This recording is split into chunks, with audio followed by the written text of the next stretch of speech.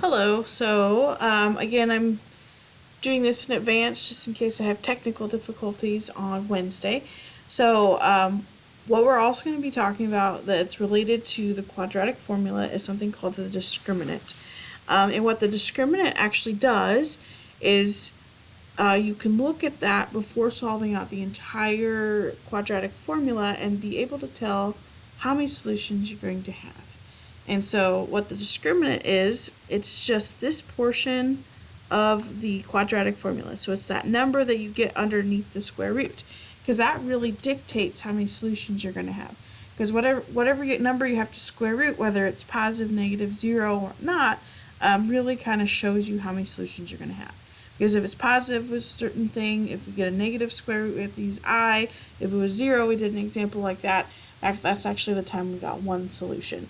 So the discriminant can help predict the number of solutions that you will have. So we're just going to focus on that portion of the quadratic formula for a little bit, and then that way you can actually tell how many solutions you're going to have if you just look at that one particular number. So here are our options. So you're going to, for your problems, you're going to find the discriminant. So you're actually going to solve out this portion of the quadratic formula. Notice it's even before the square root. It's just the b squared minus 4ac portion. And then you're going to describe the number of solutions.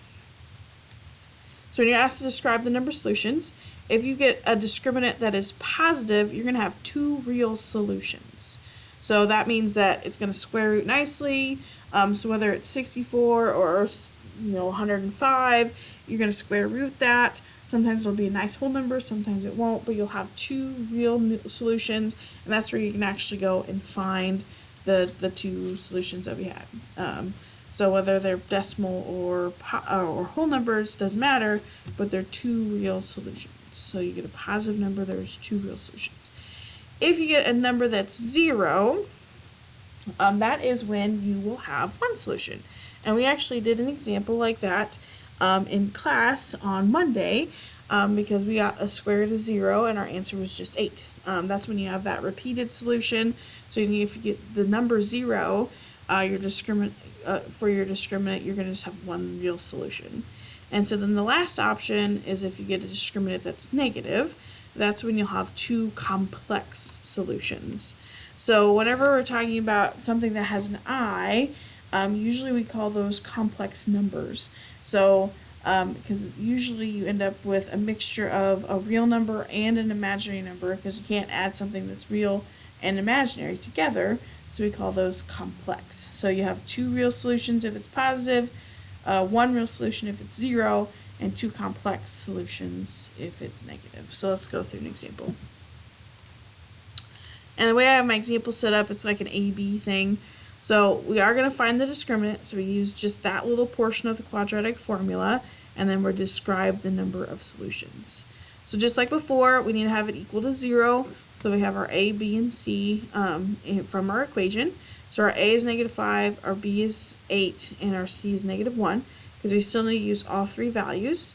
So we have we have 8 squared minus 4 times -5 times -1. And so we'll solve this out. So 8 squared is 64. And then if you take 4 times -5 times -1, that gets you 20. And we still have that subtraction. So then 64 minus 20 is 44.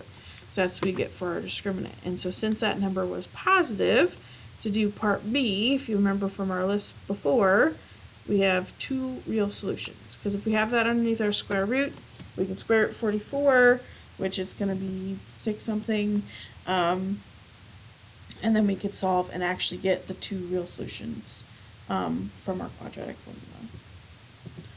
So there's our first example, second example, and third example.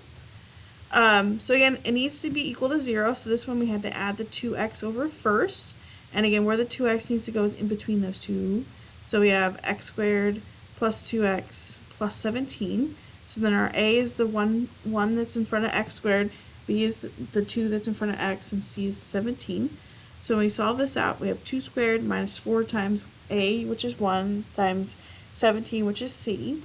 And so then we have 4, and then 4 times 1 times 17 is 68. So then when we subtract it, our discriminant is -64. So then, since we got a negative solution, or since we got a negative discriminant, we would have two complex solutions. Because if we got this number underneath the square root, when we square root it, we'd have to change it into an I, and if we have an I, we call that a complex solution. So then one last example, this one's ready for us to go. So we have our A value, or B value, which is negative 12, so we take negative 12 and square it. Our A value, which is 9, and our C value, which is 4. So 12 squared is 144, then we take 4 times 9 times 3, which is also 144.